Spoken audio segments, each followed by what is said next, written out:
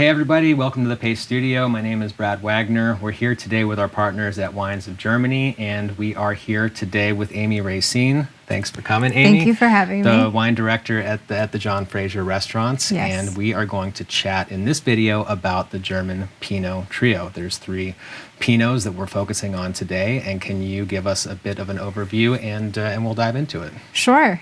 So we are going to taste Pinot Blanc, Pinot Gris, and Pinot Noir.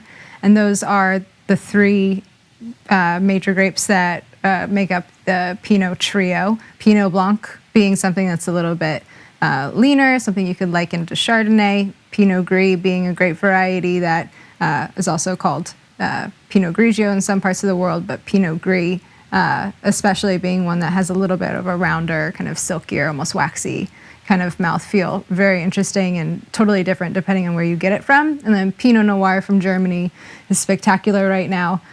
Some of them can definitely compete with some great Burgundies. So excited to go through them with you. Outstanding. I'm glad the term mouthfeel came up. That was the one word that I was planning on saying, but you've already beaten me to it. So mouthfeel has, we've checked that one off the list. Great. And can you tell us a little bit about of the three Pinots that we're going to get into? Can you tell us about which regions specialize, which of Germany's regions specialize in which of these Pinot styles? Sure.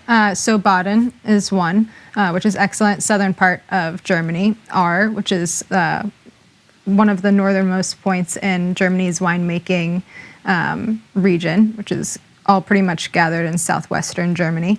You definitely have some Pinot Blanc, Pinot Gris, and Pinot Noir coming from Rheinhessen, Rheingau,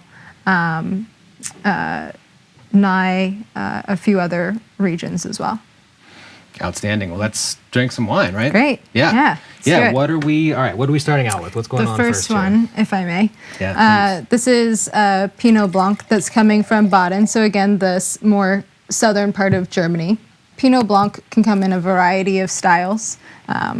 This one, cheers. Cheers. This one in particular does see a little bit of oak. Again, you can liken Pinot Blanc, if you've never had it before, to a Chardonnay. It can come in a spectrum of styles depending on what the winemaker chooses to do with it. This one's just a little bit creamier. You get a good amount of acidity, kind of like a pinching back here. And often, and a little bit on this, you can kind of get like a banana kind of creamier kind of tone to it, but this one's a little bit more underripe, so not super tropical.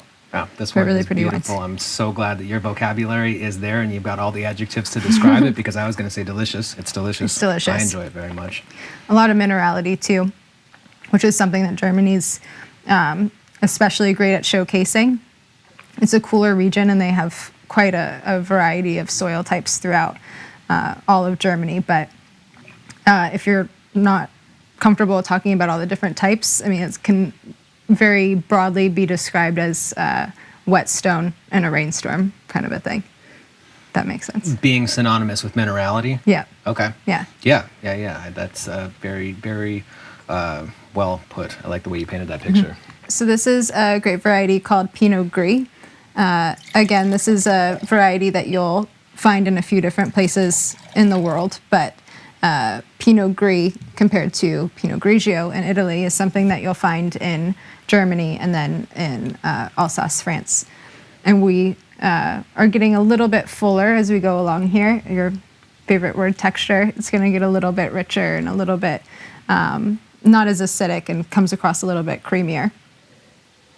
And then Pinot Gris also is a really interesting grape where the skins can change from being white to a little either splotchy with red or have a good amount of red on them. So another kind of interesting note about it is that the hue can be a little bit more kind of copper in color, hence Pinot Gris. Got it. Well, this is delicious as well. Great. I'm glad we're doing this. This is Me outstanding. too. This is exactly how I want to spend my afternoon. We've got a third. We're going to dive into a third bottle right now. And what's coming up here? So the last one that we're going to do is a Pinot Noir.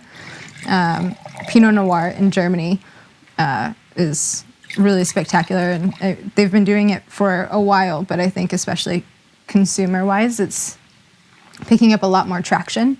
The Pinot Noir here compared to the rest of the world, Burgundy, California, Oregon, is very lean. You can kind of tell just by looking at it. You could read a book through it.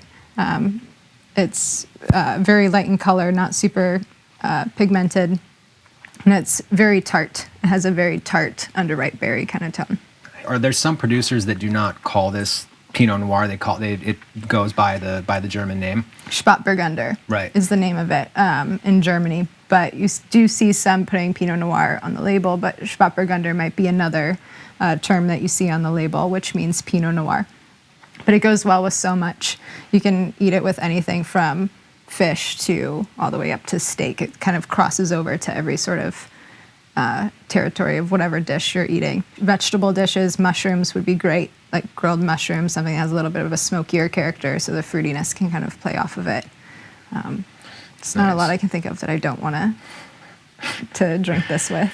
Yeah, I thought you were going to say there's not a lot you can think of that you don't want to eat, because that was the sentence that I was thinking. Oh, yeah. I want to eat almost everything all the time, and this is a wonderful thing to pair with all of those foods that I love eating. These have been outstanding. I like drinking wine right in the middle of the day, and we know quite a bit more now than we did a couple minutes ago about these three varietals on the table. Can we take a step back and talk about German wine generally? Can you give us a bit more of an overview and some historical context about German wine? Sure. So German winemaking is dated back to Roman time. It was used for medicinal purposes in the Middle Ages. They had a very rich winemaking history up until about the 1900s, and then there was this vineyard eating disease pretty much that came through and devastated most of Europe. Germany was not an exception to that. And then the two world wars came. So many of the vineyards were destroyed. Many of the vineyard workers and the families were off fighting the wars. So the history and everything that was there and the way German winemaking was kind of fell off the map a little bit. And then there was this big resurgence of German winemaking, and people were kind of racing to get it back on the market. There was a lot of bulk wine being made in about the 1970s. There was quite a few winemakers that came together and said, let's make quality German wines again. So they kind of put German wine back on the map and started what German winemaking is today, and also started embracing winemaking techniques from other places around the world and kind of getting a little bit closer to the tradition of what German winemaking was originally. And many guests that I speak with in the restaurants think of German wine as Riesling. But as we saw today, there's quite a few out there. We tasted Pinot Blanc, Pinot Gris, Pinot Noir, but there's over 100 other varieties that still need to be explored and go really well with food and that are exciting. So there's quite a bit that's left to taste and to enjoy with dinner. Outstanding. Well, I've enjoyed drinking these 3 sips of wine with you. We've got 100 more to try, it sounds like. So let's get into it. Amy Racine, thank you very much for coming and doing this. And thank you for joining us. That's it.